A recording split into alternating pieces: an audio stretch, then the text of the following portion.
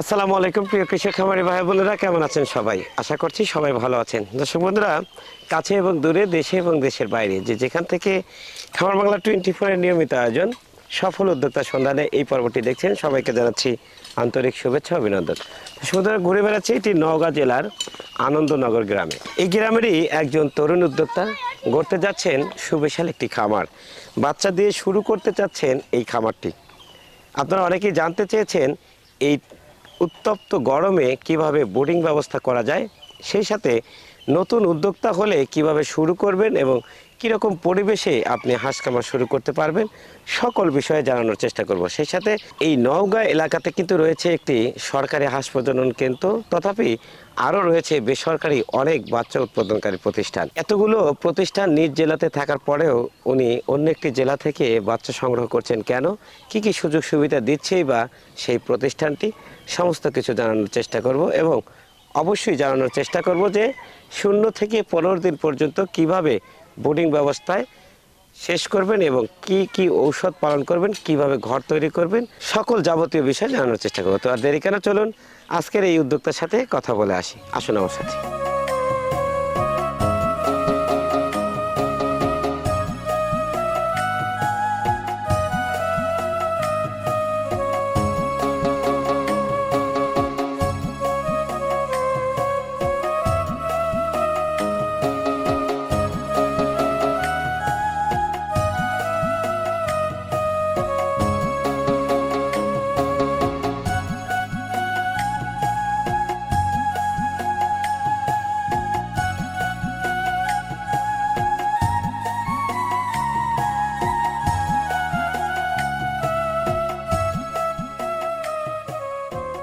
বন্ধুরা, বসে আছে কিন্তু সেই উদ্যোক্তাকে নিয়ে, এবং যিনি আজকে বাচ্চা ডেলিভারি করতে এসেছেন, সুনামধন্য প্রতিষ্ঠানের প্রতিষ্ঠাতা সরোয়ার ভাই, অর্থাৎ খান হ্যাচারির প্রতিষ্ঠাতা সরোয়ার ভাই।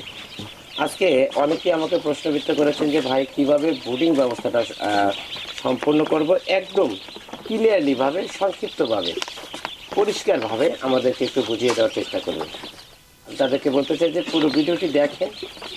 হাঁসের বাচ্চা সহ যে কোনো বোর্ডিং ব্যবস্থায় আপনাকে কারোর কাছেই যেতে হবে না। আজকে সরোয়ার ভাইকে দিয়ে আমরা সেই কাজটা করব। আমরা প্রথমেই সরোয়ার ভাইয়ের কাছে যাব এবং বোর্ডিং ব্যবস্থা সম্পর্কে জানবো, তারপরে আজকের উদ্যোক্তার সাথে কথা বলবো।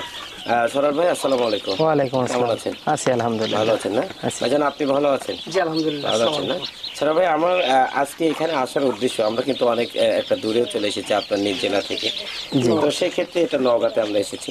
তো আমরা আজকে এখানে আসার উদ্দেশ্য কিন্তু অনেকেই প্রশ্নবিদ্ধ করছেন যে হাঁসের বাচ্চার ব্রুডিং কিভাবে করবো আমরা, জি, এবং সহজ পদ্ধতিতে বলার জন্য, জি, এবং ওষুধপত্রের যে একটা বিষয় থাকে সেই বিষয়গুলো ক্লিয়ার করার জন্য। তো আমরা আপনার কাছ থেকে প্রথমে জানবো যে আজকে যে বাচ্চা ওনাকে দিচ্ছেন, আমরা কিন্তু দেখছি নর্মালি একটা বাচ্চা জায়গায় আমরা রেখেছি, এটা কিন্তু নর্মাল আমরা রেখেছি, এখানে কিন্তু বোর্ডিং ব্যবস্থা নয় না। তো সেক্ষেত্রে আমরা এই বিষয়ে বাচ্চার বোর্ডিং ব্যবস্থা সম্পর্কে একটু সঠিকভাবে জানার চেষ্টা করবো, একটু যদি বলে দিতেন আমাদের। জি অবশ্যই বলবো। আমি অভিজ্ঞ খামারি এবং অনভিজ্ঞ খামারিদের উদ্দেশ্যে বলতে চাই যে আপনারা যদি সহজ পদ্ধতিতে ব্রুডিং ব্যবস্থাপনা করতে চান, সেক্ষেত্রে আমার এই ভিডিওটি দেখেন। আশা করি আপনার একদম সহজ পদ্ধতিতে ব্রুডিং ব্যবস্থাপনা করতে পারবেন। তো সর্বপ্রথম আমি বলি যে একটা খামারি যখন বাচ্চারা নিয়ে আসার পরে কিন্তু বাচ্চারা জার্নি করে, যার কারণে আপনার প্রথমে লাইসোভিট খাওয়াইতে হবে। বাচ্চারা নিয়ে এসে সুন্দরভাবে রাখতে হবে। রাখার পরে এখানে আপনি লাইসোভিটের স্যালাইন দিয়ে মুড়ি অথবা চিরা খাওয়াইতে পারবেন। এটা একবার খাওয়াবেন। খাওয়ানোর পরবর্তীতে আপনার যে ফিডটা আছে একদম 0 ফিট, এই ফিডটা দিতে হবে। ফিটের পাশাপাশি আপনি নাভি শুকানোর জন্য রেনামাইসিন দিতে হবে। রেনামাইসিনটা আপনার প্রথম দিন থেকেই একটা 3 দিন আপনার রেনামাইসিনটা দিতে হবে। এটা দেওয়ার উদ্দেশ্য হলো যে আপনার বাচ্চার যে নাভি কাঁচা যদি থাকে তাহলে এটা আপনার কাজ করবে। ছোট ভাই, এই যে ঔষধপত্র যে একটা বিষয় চলে গেল, কিন্তু আমরা এটা আসলে কিভাবে বুঝবো বা কোথায় আছে, বা কিভাবে আমরা এটা নিয়মকানুন সম্পর্কে জানতে পারবো? লিখিত কোনো বিষয় আপনাদের কাছে আছে? জি অবশ্যই আছে। এই যে আমার হাতে দেখতে পাচ্ছেন, এটা কিন্তু আমার খান হ্যাচারি প্রতিষ্ঠানের মেমো। তো আমার এই মেমোতে কিন্তু বাচ্চার পাশাপাশি ওষুধ খাওয়ানোর নিয়ম লেখা আছে। আচ্ছা আচ্ছা। তো এখানেই আমি যে নিয়মগুলো লেখা আছে এই নিয়মগুলো আমি বলবো। প্রথম দিন আপনি বাচ্চা নামানোর পরে এই যে 1 নম্বরে আছে, জি বুডারে ছাড়ার পরে লাইসোভিট প্রথম যেটা আছে লাইসোভিট 1 গ্রাম ঔষধ 1 লিটার পানিতে মিশিয়ে আপনার খাওয়াইতে হবে। সেক্ষেত্রে যদি বাচ্চা বেশি হয় 10 লিটার পানি দিয়ে ওর মধ্যে মুড়ে আপনি ভিজালেন, 10 মিনিট ভিজিয়ে রাখার পর এটা ছিটা খাওয়াইলেন। এর পরবর্তীতে 2 নাম্বার আমার এখানে লেখা আছে রেনামাইসিন। হ্যাঁ, এটাও 1 গ্রাম ঔষধ 2 লিটার পানিতে মিশিয়ে 3 দিন খাওয়াইতে হবে। সেক্ষেত্রে আপনার নাভি যদি কাঁচা থাকে তাহলে এই ওষুধটা কাজ করবে। আচ্ছা, এর পরবর্তীতে আপনার 3 দিন পর থেকে থায়াবিন প্লাস, এটা হচ্ছে ভিটামিন। এটা 1 গ্রাম ওষুধ 2 লিটার পানিতে মিশিয়ে 3 দিন দিতে হবে। এটা খাওয়ানোর উপকার কি, যে আপনি দেখা যাচ্ছে এখন বর্তমান কিন্তু যে সকল খামারিরা খামার করতেছে অনেকেই বলে যে ভাই আমার বাচ্চার ঘাড় বাঁকা হয়ে যাচ্ছে বা পা পড়ে যাচ্ছে, সেক্ষেত্রে আপনি এটা খাওয়াইতে হবে। এটা দিলে আপনার পা বাঁকা হবে না। আচ্ছা, এরপরে আছে আপনার রেনা ডাব্লিউএস। হ্যাঁ, এটাও 1 গ্রাম ওষুধ 2 লিটার পানিতে 3 দিন খাওয়াইতে হবে, এটাও ভিটামিন। এরপর আপনার যে ওষুধটা আছে অ্যান্ড্রোসিন ভেট, এই ওষুধটা কিন্তু খুবই গুরুত্বপূর্ণ একটা ওষুধ। কারণ বাচ্চা কিন্তু যখনই আপনি একটা খামার করবেন সে বাচ্চারা সর্দি গরম ঠান্ডা এগুলো হয়, যার কারণে এই ওষুধটা দিলে হবে কি যে আপনার বাচ্চা যদি ঠান্ডা লাগে থাকে বা সর্দি গরম হয় বা বাচ্চা ঝুমতেছে, সেক্ষেত্রে এই ওষুধটা খুব ভালো কাজ করে। এটা খাওয়ানোর নিয়ম 1 সিসি ওষুধ 2 লিটার পানিতে 7 দিন পর পর দিতে হবে। মানে একদিন? জি, 7 দিন পর পর 1 দিন করে দিতে হবে। এটা ছিল হলো আমার ঔষধের তালিকা। এরপরে কিন্তু নিচে লেখা আছে ভ্যাকসিন প্রয়োগ তালিকা। একটা ভ্যাকসিন করতে গেলে 21 থেকে 25 দিনে করতে হবে। সেক্ষেত্রে আমার এখানে 25 দিনে লেখা আছে। প্রথম ভ্যাকসিন ডাক প্লেগ। হ্যাঁ, ডাক প্লেগ ভ্যাকসিনটা করতে হবে 25 দিনে। এটা কিন্তু অবশ্যই মাংসে করতে হবে। অনেকে দেখা যাচ্ছে যে ভুল করে, এটা সবচেয়ে ভালো হয় আপনার একটা অভিজ্ঞ ডাক্তারদের যদি করা হয়। 25 দিনেরটাও মাংসে করতে হবে। এরপরে দ্বিতীয় ভ্যাকসিন আছে হচ্ছে আপনার বুস্টার ডোজ। এটা 45 দিন, 40 থেকে 45 দিনের মধ্যে করতে হবে, এটাও মাংসে দিতে হবে। এরপরে যে তৃতীয় ভ্যাকসিনটা, এটা কিন্তু ডাক কলেরা ভ্যাকসিন। এই ভ্যাকসিনটা কিন্তু অবশ্যই সতর্কতার সাথে দিতে হবে, কারণ অনেকে এই ভ্যাকসিনটা মাংসে করে। অবশ্যই কিন্তু আপনার ডাক কলেরা ভ্যাকসিন চামড়ার নিচে মাংসের উপরে করতে হবে। জি, যদি এটা মাংসে যায় তাহলে মাংস পচে যাবে। জি, এটা সর্বোচ্চ ভালো হবে একটা অভিজ্ঞ লোক দিয়ে করতে গেলে। এই হচ্ছে আপনাদের ওষুধ। হ্যাঁ, এই হচ্ছে ওষুধ তালিকা। আর এরপরে নিচে লেখা আছে আপনি 15 দিন পানিতে দিবেন না। এই হাঁসটা কিন্তু অনেকে দেখা যাচ্ছে 7 দিন পর থেকে পানিতে দেয় বা প্রথম অবস্থায় ভিজে ফেলে। সর্বোচ্চ বাচ্চা মারা যাওয়ার কারণ হচ্ছে বাচ্চা যদি ভেজে। হ্যাঁ, ব্রুডিং বলতে আপনি একটা না 1 দিন থেকে 15 দিন পর্যন্ত বাচ্চা ভিজানো যাবে না। যদি বাচ্চা কোনো প্রকার ভেজে তাহলে বাচ্চারা মারা যাবে। ভাই শুনেন কিন্তু। আর এটা যেন না ভেজে, সেটার জন্য কারণে কি যে আপনি যে পানির পাত্রটা দিবেন, এই পানির পাত্রে ন্যাকড়া সাইডে ন্যাকড়া দিবেন অথবা পাথর দিবেন। তাহলে হবে কি শুধু বাচ্চারা ঠোঁট দিয়ে পানিটা খাবে, ভিজবে না। আর যদি না ভেজে তাহলে আপনার সর্দি গরম ঠান্ডা লাগবে না, বাচ্চা ক্ষতি হবে না। এই নিয়ম কানুনগুলো যদি মেনে চলে, আশা করি একটা খামার পরিপূর্ণভাবে বুড়ার সম্পন্ন হবে, প্লাস একটা পরিপূর্ণ খামার তৈরি হবে। অনেক ধন্যবাদ সরার ভাই। আমি একটু দর্শক বন্ধুদের যদি বলি, প্রিয় দর্শক এবং খামারি ভাইরা, অনেকেই কিন্তু প্রশ্নবিদ্ধ করেছিলেন যে এই বিষয়টা একেবারে ক্লিয়ারলি বলে দেওয়ার জন্য। আজকে আমার বিশ্বাস আপনারা এই ভিডিও থেকে সম্পূর্ণরূপে ব্রুডিং ব্যবস্থা সম্পূর্ণ কিছুই জানতে পেরেছেন। দর্শক বন্ধুরা, আমরা সরার ভাইয়ের কাছ থেকে আরও একটি বিষয় জানার চেষ্টা করি। সরার ভাই, এই যে ঘর এবং তাপমাত্রার যে একটা বিষয় থাকে, সেটা ব্রুডিং ব্যবস্থাপনায় কেমন হতে পারে বা কিভাবে হতে পারে? হ্যাঁ, অনেক সুন্দর একটা প্রশ্ন করছেন। আসলে একটা খামার করতে গেলে মেইন দরকার হচ্ছে ঘর। যদি ঘরটা আপনি একটা আদর্শবান ঘর না হয় তাহলে কিন্তু হবে না। ঘরটা তৈরি করতে হবে এরকম যেন সাইডে নেট থাকে এবং সবসময় আলো বাতাস থাকে, এরকম একটা আদর্শ ঘর তৈরি করতে হবে। আর তাপমাত্রার যে বিষয়টা, এখন বর্তমান কিন্তু গরমকাল, অনেকের ক্ষতি হচ্ছে কেন দেখা যাচ্ছে যে গরম আর শীত বোঝে না, সবসময় বাল্ব দিয়ে রাখে। এটা কিন্তু করা যাবে না। যেমন এই জায়গায় কিন্তু এখন গরম, যার কারণে কিন্তু এখানে বাল্বের কোনো সিস্টেম করা হয় নাই। এই বাল্বের সিস্টেমটা গরম শীত সবসময় করে রাখতে হবে। যেমন এখন কিন্তু রাত্রিতে শেষ রাতের দিকে শীত পড়ে, সেক্ষেত্রে আপনার বাল্ব দিতে হবে। আর এটা বোঝার উপায় কি, সহজ উপায় হলো বাচ্চা যখন আপনি বুড়ারে ছাড়বেন তখন কিন্তু বাচ্চা দেখবেন যদি ওর গায়ে শরীরে তাপমাত্রা কম থাকে তাহলে বাচ্চাগুলো এক জায়গায় টোপল হবে, সেক্ষেত্রে আপনার বাল্ব জ্বালাই দিতে হবে। আর যদি দেখা যায় বাচ্চা যেভাবে ছড়ে আছে তাহলে কোনো বাল্বের প্রয়োজন হবে না। এই নিয়মটা যদি মেনে চলে তাহলে কোনো ক্ষতি হবে না।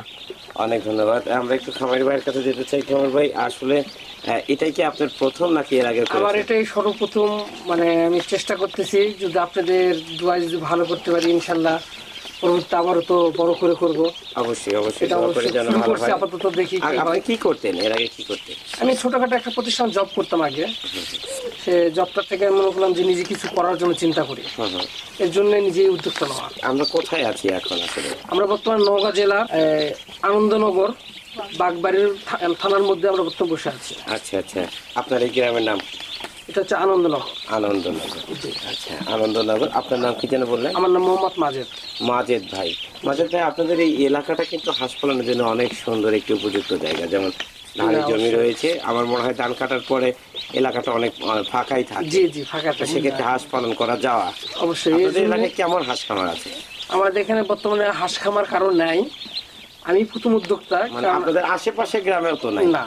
আচ্ছা, প্রথম আপনি শুরু আমি করছেন? প্রথম শুরু করছি, কারণ আমার দেখা যাচ্ছে আর উদ্যোক্তারা বাড়বে, আমি আশা করি যে বাড়বে আরো। ছড়ার ভাইয়ের সাথে কিভাবে পরিচিত হলেন? আমি দেখছি হচ্ছে আপনার ইউটিউব চ্যানেলে দেখছি, ইউটিউব চ্যানেলে দেখার পরে দেখলাম যে ভাই হাঁসের বাচ্চা খুব ভালো মতন, মানে এক কথা কি মানুষের ব্যবহারে কিন্তু জিনিসটা নিতে যাওয়া হয়, বোঝা যায়। আচ্ছা, যে মানে আমি অনেকজনের ভিডিও দেখছি যে অনেকজন মানে ব্যবহার করছে কিন্তু কোনো কোনো নাম বলে না, বা কোনো রকম ওষুধের নাম বলতে চায় না, বা কোনো রকম মানে বাচ্চার ব্যাপারে কথা বলতে চায় না এভাবে। আচ্ছা। বা আমি তার সঙ্গে 2-4 জনের সঙ্গে কথা বলছি, বলার পরে সারোয়ার ভাইয়ের সঙ্গে কথা হয়েছে আমার। তারপর ভাই বললো যে আমাকে, যে ভাই আপনি কি লাগবে, কি ধরনের কি বলবেন, আপনি কিরকম প্রয়োজন, কিরকম কি চাচ্ছেন বলেন আমাকে, আমি সব ধরনের বলবো আপনাকে। আচ্ছা, আমি তারপরে 1-2 দিন চিন্তা করার পরে আপনি ভিডিওটা বারবার দেখলাম, দেখার পর রিভাইজ করার পরে তারপর সারোয়ার ভাই ফোন দিলাম যে ভাই আমি এই ব্যাপারে এই কথা বলতে চাচ্ছি। সে আমাকে বললো ভাই আপনি কিরকম ভাবে কি নেবেন আমাকে বলেন। আমি তাকে সব ধরনের কথা বললাম যে ভাই আমি এই ধরনের বাচ্চাগুলো নেবো, আমাকে এত পিস বাচ্চা দিতে হবে আমাকে। কত পিস নিয়েছেন? আমি 1100 পিস বাচ্চা নিয়েছি। তাকে বলছিলাম যে 1000 পিস হচ্ছে আমাকে হাসি দিবেন, আর 100 পিস দিবেন হাসা। আচ্ছা আচ্ছা। সে আমাকে সুন্দর মতন বুঝিয়ে দিচ্ছে। বাচ্চা পেয়ে আপনি খুশি তো? আমি খুশি ভাই, কারণ আপনার এখন এইখানে তো অস্থায়ী ভাবে রেখেছেন, হ্যাঁ, স্থায়ী ঠিকানা কোথায়? স্থায়ী ঠিকানাটা আমার পাশে করতেছি, এখানে বর্তমানে আমার মিস্ত্রি কাজ করবে, তো মানে মানে একটু সময় লাগবে? একটু 2-3 দিন সময় লাগবে, আমার ক্লিয়ার হয়ে যাবে। আচ্ছা আচ্ছা, আপাতত 2-3 দিন এখানে থাকবেন? না, 2-3 দিন বলতে কি আমরা ওখানে নিয়ে চলে যাবো, আমি ওটা তিরপল টাঙ্গালে ওখানে নিয়ে যাবো, আরেক জায়গা আছে ওখানে নিয়ে আচ্ছা যাবো। আচ্ছা, মানে আরো একটি জায়গা, মানে ওখানে ডাইরেক্ট আমি ওখানে মানে বাচ্চা ওখানে আমি করবো, এখন থেকে বাচ্চা করার পরে ডাইরেক্ট এখানে পার করে দিব। এখানে যা শুধু স্থানান্তর করবেন? এখন বর্তমানে করতেছি, কিন্তু আমার যখন করা হয়ে যাবে তখন দুটোই আমার কিন্তু দাঁড়ায় যাবে, তখন ওখানে আমি বাচ্চা বোর্ডিং করবো ওখানে, আর বড়গুলো দিব এখানে। আচ্ছা আচ্ছা, পর্যায়ক্রমে থাকবে? জি, আমরা অল টাইম মানে 12 মাসে আল্লাহ দিলে মানে আমি হাঁস রাখার চেষ্টা করবো। আলহামদুলিল্লাহ। এই যে ছড়ার ভাইয়ের কাছ থেকে চাওয়া পাওয়ার আরো কিছু আছে কিনা? হ্যাঁ, সে তো আমার বড় ভাই, সবসময় চাবো, সবসময় দিবে সে আমাকে, এটাই আমার কাছে সবচেয়ে বেশি চাওয়া আশা। আচ্ছা আচ্ছা, আমার বিষয়ে যে কোনো পরামর্শ দরকার? হ্যাঁ অবশ্যই অবশ্যই, কারণ খামারের জন্যই তো আমি চাচ্ছি ভাইয়ের কাছে, কারণ ভাইয়ের কাছে আমি তো এটাই বলবো আপনাকে, যে একটা গ্রাহককে যখন ফোন দিব, গ্রাহক যখন উদ্দেশ্য করে বলবে যে ভাই হ্যাঁ কি লাগবে বলেন, আপনি সমস্যার ক্ষেত্রে বলেন আমাকে, তখন সেই জিনিসগুলো যখন সে সলভ করবে তাকেই বলে খামারি। অবশ্যই অবশ্যই।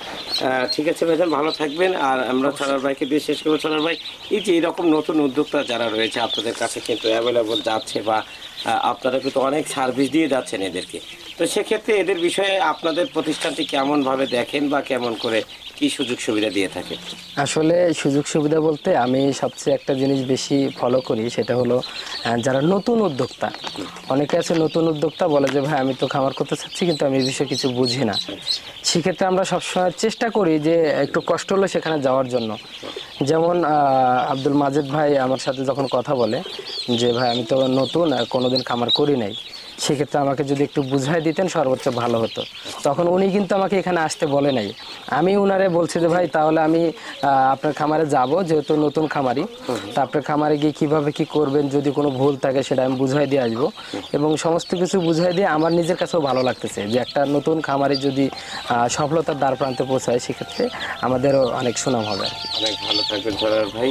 সেই সাথে অবশ্যই প্রতিষ্ঠানটির এই যে উদ্যোক্তাগুলো তৈরি হচ্ছে আপনার প্রতিষ্ঠান থেকে, বা আপনার প্রতিষ্ঠান থেকে সম্পৃক্ততা থেকে, বাচ্চা নিয়ে বা অনেক সময় পরামর্শ নিয়ে, এদের প্রতি অবশ্যই সহানুভূতি দেখাবেন এবং সদাই দৃষ্টি রাখবেন যে কোনো পরামর্শ বিষয়ে। জি অবশ্যই। আমরা দোয়া করি যেন আপনার প্রতিষ্ঠানটি এভাবেই অবিচল অবিরাম উন্নয়নের পথে চলে যায়। সেই সাথে খামারি ভাইকে দোয়া করি যেন আপনি অবশ্যই খামার বা খামার ব্যবস্থাপনার সাথে থাকতে পারেন। জি অবশ্যই, ভালো থাকবেন। আল্লাহ হাফেজ। আল্লাহ হাফেজ।